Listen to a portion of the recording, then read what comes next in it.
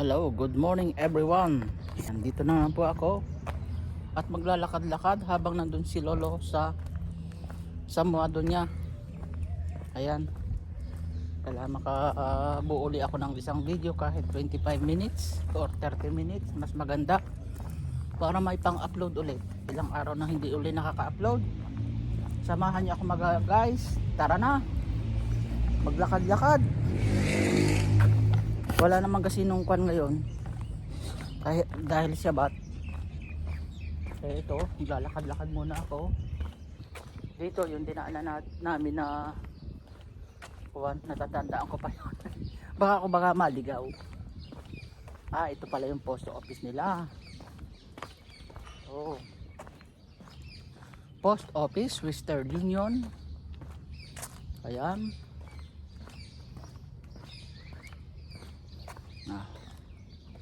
Mapicturan nga muna. Yun ang post office nila. Okay, ako naman ngayon tuloy ang lakad. Hala, sige. Lakad muna ako. Para maka-exercise naman mga guys. Para bang naglalakad lang sa planeta. Ganun lang. Ang daming bayabas. Daming bulaklak ng bayabas tingnan naman nyo yan. Daming bulaklak. Dito, daming punong kahoy dito. Puro mga balete nga mga guys. Mga kahoy dito. Ang dami.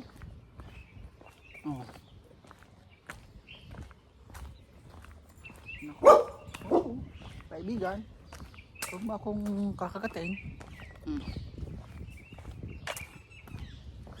Ayan. Ang upload ko ito sa YT para may upload naman. Ilang araw nang walang upload.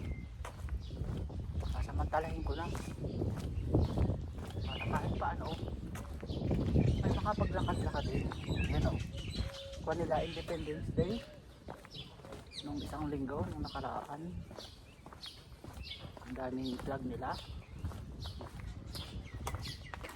Iikutin ko yung natanda ko yung dinaanan namin. Dito yun dire-diretso lang. Ang lawak ng kanila, yung football playground. Malawak. Olive tree. Yan olive tree. Di ba suot to? Hindi. Baka makita ko din. Iwan ko yung tatay niya. Dami naman ng mga tao. May cactus pa. Cactus yan Cactus. Ang ganda ng mga bulaklak dito mga guys. Ikot-ikot lang.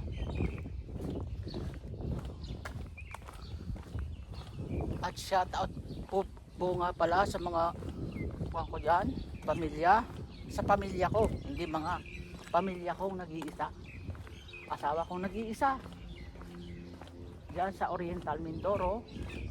At mga anak ko kasi 6 ang anak ko. Panganay ko si Melissa. Pangalawa ko Isagani. Pangatlo ko ay si Jason. Pangatlo ay si Roderick. Pang-apat ay si Rominic.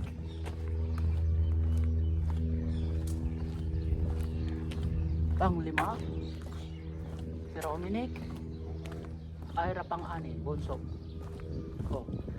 Melissa, Sagani, Jason, Roderick, Rominic, Ira. 6 po sila. 2 babae at saka 4 na lalaki. Diba mga guys?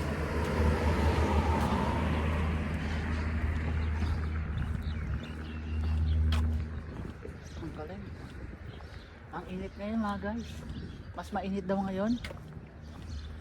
Ito. Ban ba? 35 degree. Ang init ngayon.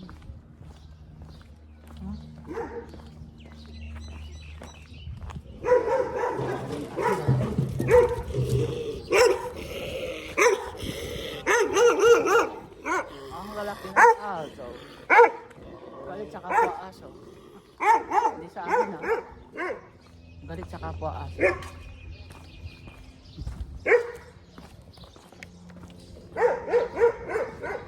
Pinakuhan ko kasi minsan nag-video ako, hindi pala naka-play.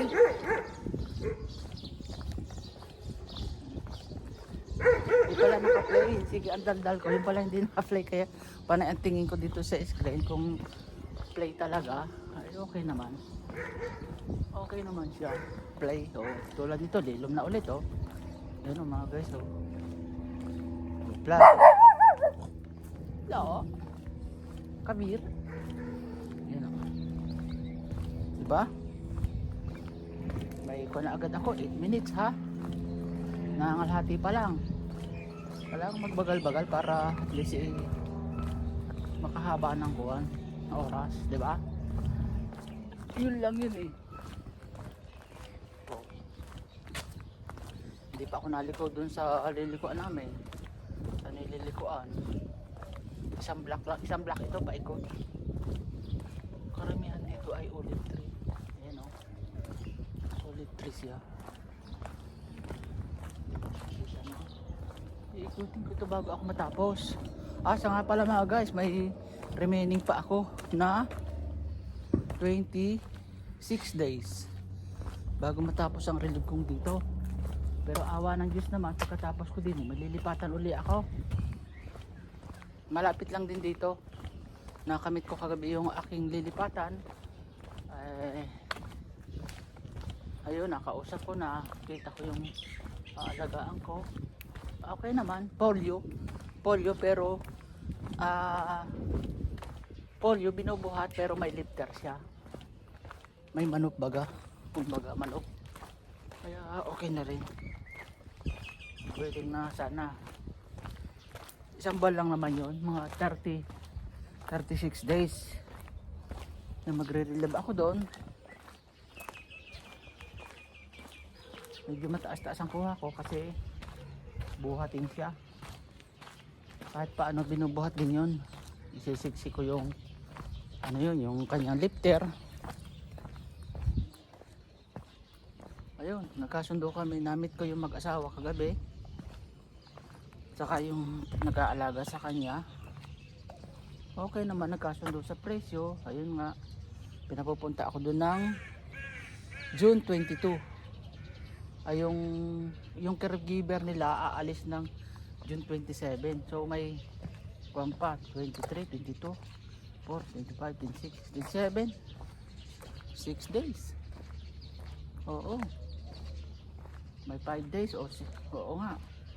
5 days ako ikukuha nila, iti-train. Pero yun naman ay pinakamataas ng 2 araw, 3 araw, alam ko nang gagawin ko kasi yun lang din, matanda rin ang alagaan. Walang pag-iiba. Matanda rin naman ang alaga ko din eh.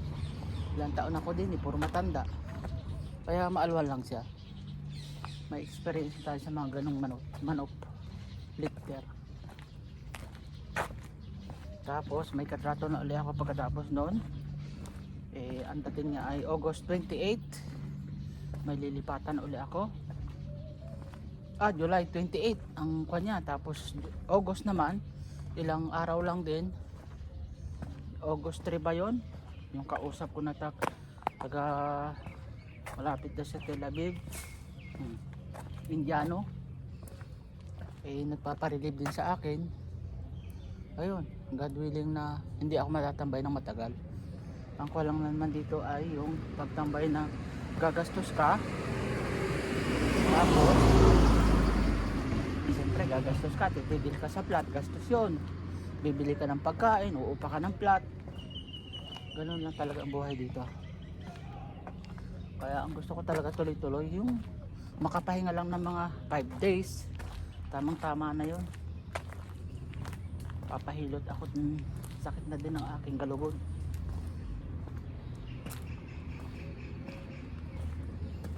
Pahinga ng ilang araw, okay na yun sa akin.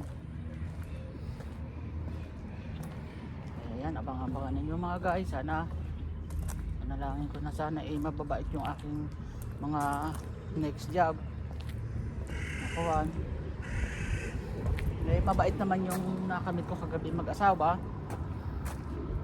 Tatawagan ko nga uli yung caregiver niya para hindi ko na itanong kung maayos ba ang tulog, pero pakiramdam ko maayos ang tulog no, kasi bata pa siya, polio ang sakit, hindi siya makakuan at maliit yung paa, polio. Malaking bahay nila, kaya lang hindi ako maglilinis, yun ang kagalingan nun, hindi ako maglilinis.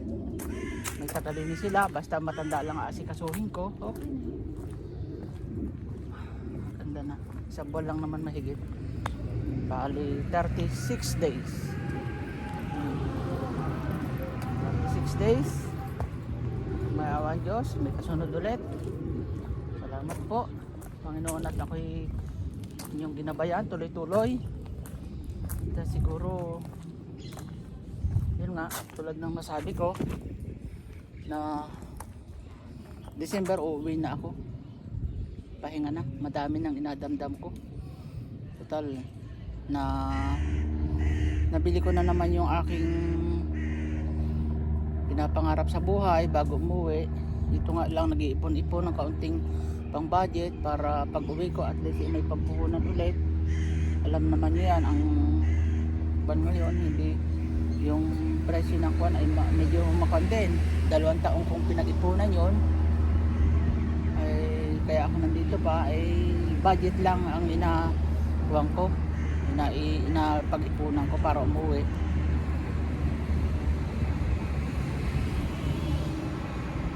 Kaya sana mga guys panoorin pa ninyo ang aking mga video, YouTube channel. Pag uwi ko doon, ako talaga magbablog ng gusto para tuloy-tuloy talaga makakapagsalita ka ng may kwan dito, kasi pag may tao mahihiya ka hindi mo maikwan na yung tawa na talaga na kwan. Siyempre magkocontrol ka doon sa Pilipinas. Pag nandun talaga sa sariling pamamahay, sa sariling bansa, magagawa mo na yung kwan mo, di ba? Yun lang talaga ang kwan. Madaming ibablog ko doon mga guys, abangan nyo pag titrip ko, pag may awan Diyos at nandun na ako, magtitrip ako sa ibang lugar para may ko naman, may ma-vlog yung mga apo ko kasama ko.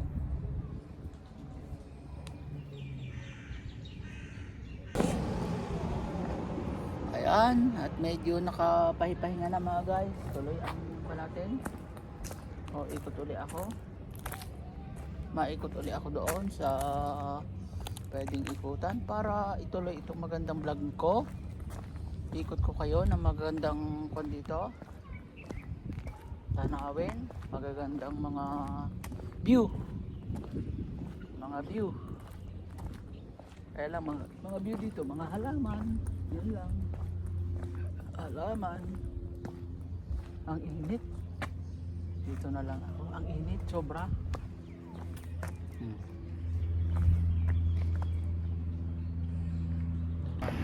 Yan ang view. Ganda. Wala ka na.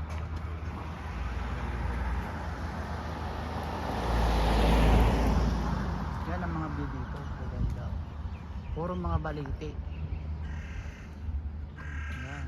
Mga pine tree. Ano ako, pine tree yun ang uwak ko. May uwak doon. Sa dulo ng kahoy. Do, sa dulo. Yan siya. Ang ganda. Oh, ito yung super nila. Pamilihan.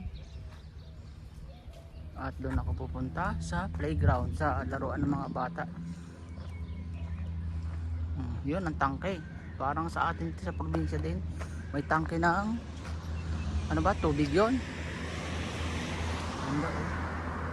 Ito naman yung balite.